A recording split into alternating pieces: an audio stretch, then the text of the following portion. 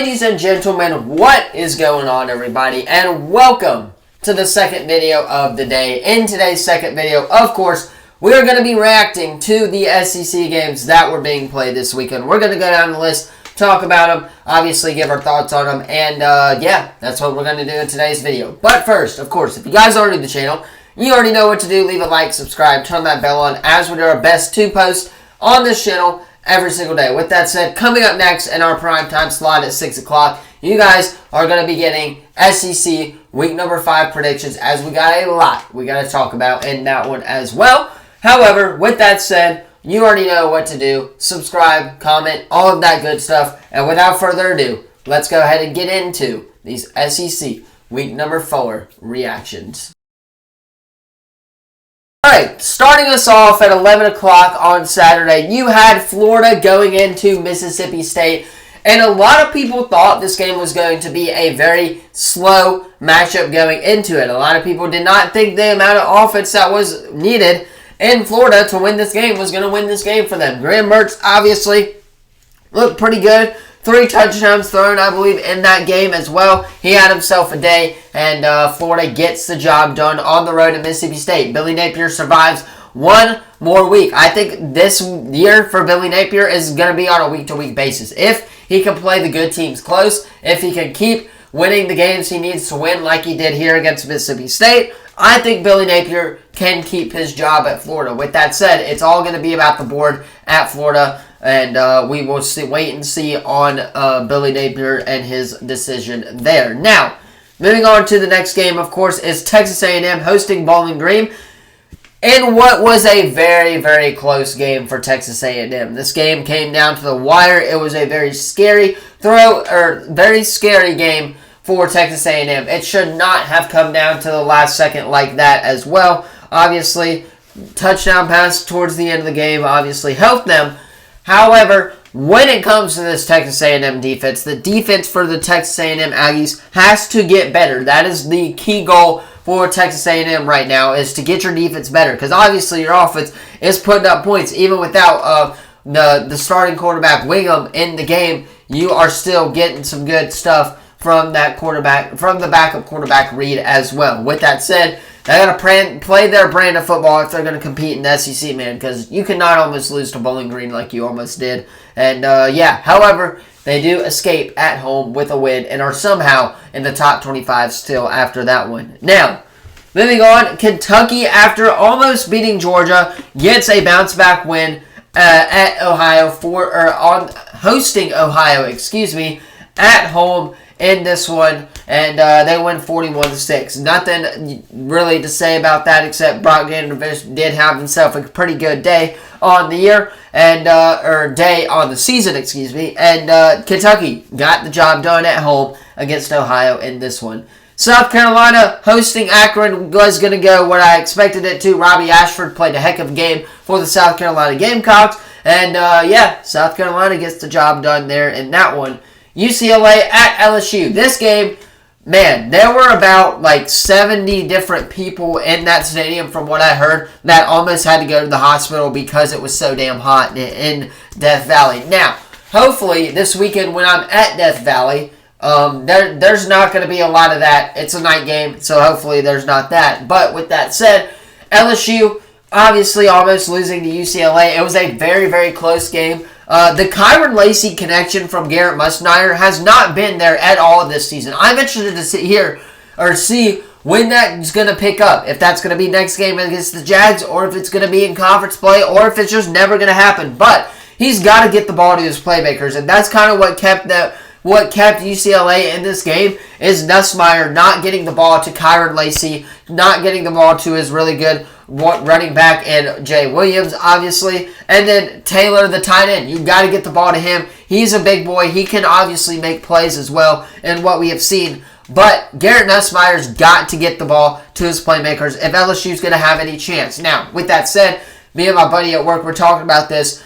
Brian Kelly cannot win big games. We did not see that at LSU or Notre Dame before he came to LSU. We did not see that in week 1 against USC. So, with that said, once conference play heats up, how's LSU going to respond, and how are they going to beat these conference teams? We saw that they struggled against South Carolina the week before. That they're probably going to struggle against teams like Ole Miss, Alabama, obviously. They're going to struggle against those types of teams. But they're probably going to struggle with the little ones too, like Arkansas or Mississippi State or Texas A&M. You're probably going to struggle with a couple of those on your schedule as well if you don't get your act together and just learn how to play your brand of football, and get the ball to Kyron Lacey, get the ball to Taylor, get the ball to Williams. You're going to have to get the ball to your playmakers if you want to find a way to win games. It's going to be a tough game this week for LSU, but that's my reaction, my little rant on LSU for that one as well. Now, moving on is Vanderbilt going into Missouri. Missouri, what the actual heck are you doing? Obviously, you have one of the best wide receivers in the country right now in Luther Burden III. You have a pretty dang good quarterback in Brady Cook as well. You also have a really good running back. I don't know how you let Vanderbilt score 27 points and what you did, but the defense for Missouri has to get better if they want to compete for SEC titles. Otherwise, when they play Alabama in a couple weeks, they're going to get their butts kicked in that game. So, Vanderbilt, also a little rant on Missouri. Vanderbilt's looking scary. They're not one of the teams this year that are just going to go through the SEC season and get beat by everybody. They could definitely beat Auburn, beat Kentucky, probably play Bama close for a quarter, and then obviously Bama will get away with it. But Vanderbilt's just not going to be a team where you can run through anymore. And they showed that against Missouri. So good job on Vanderbilt as they almost got the job done if it wasn't for your kicker there. Now, Ole Miss, Georgia Southern, Jackson Dart looking very solid on this in this upcoming season. He's probably one of the Heisman favorites if you're asking me. He's really good. He's been solid right now. 52-13 win. Definitely what I was expecting there. Ole Miss, or Texas hosting Louisiana Monroe, Obviously, Texas isn't going to have a problem at that one. Number one team in the country, and they show why. Arch Manning, General Booty. Arch Manning played really well in that matchup as they get the job done there. Two more games left here on the schedule. First, we will talk Tennessee, Oklahoma. Then I will go on my 3-minute Auburn rant that I have about this week as well. However, Tennessee, man, they are looking like a college football playoff team right now. They are number 6 in the country right now. They went out there on the road in Norman and literally just bullied Oklahoma up until the fourth quarter where Oklahoma got some pity points. With that said, though, Nico Iamaleava has been a really, really good quarterback for Tennessee. I think he is one of the dark horses for the Heisman this year. I really do. I think next year's going to be his time to shine.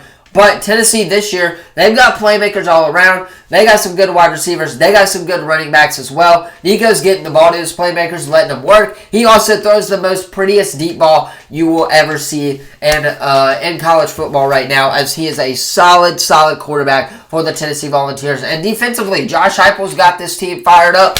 Don't know what it is, but he's got them juiced. They're ready to go, and they're looking like a college football playoff team there. Now, Oklahoma, on the other hand, they're 3-1, 0-1 to start the year in SEC play. I'm interested to see who's going to win this Auburn and Oklahoma matchup. We'll predict it tomorrow, or later on in the video, or later on in the next video, But I'm interested to see because they starting their freshman quarterback, taking Jackson Arnold out of the game this weekend was probably the most pivotal point in that game, if you're asking me, when obviously Brent Venables made that decision there. And Tennessee getting the job done on the road at Oklahoma as well. Now, moving on to our final game of the day. Man, do I have some thoughts on this one. Arkansas going into Auburn and beating Auburn. Now, I just want to start this rant off by saying congratulations, Arkansas. You definitely deserved that game.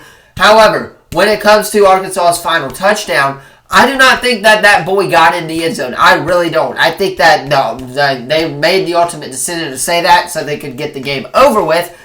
But I don't think he got in the end zone. That's just me personally. Now, with that said, always, there's going to be issues when you're starting a freshman quarterback. But I did not expect a 3-turnover game in the first half from Hank Brown, where you have to put Peyton Thorne in the game, who also had a couple of interceptions on the day as well. Hugh Freeze has got to find something with his Auburn quarterback roster right now, and they got work to do if they want to do anything here or make some noise or even make a bowl game this year. I mean, that's literally what we're asking for. We're not asking for much. We're asking for improvement off of last season. So a 7-5 win total, 8-4 win total is doable.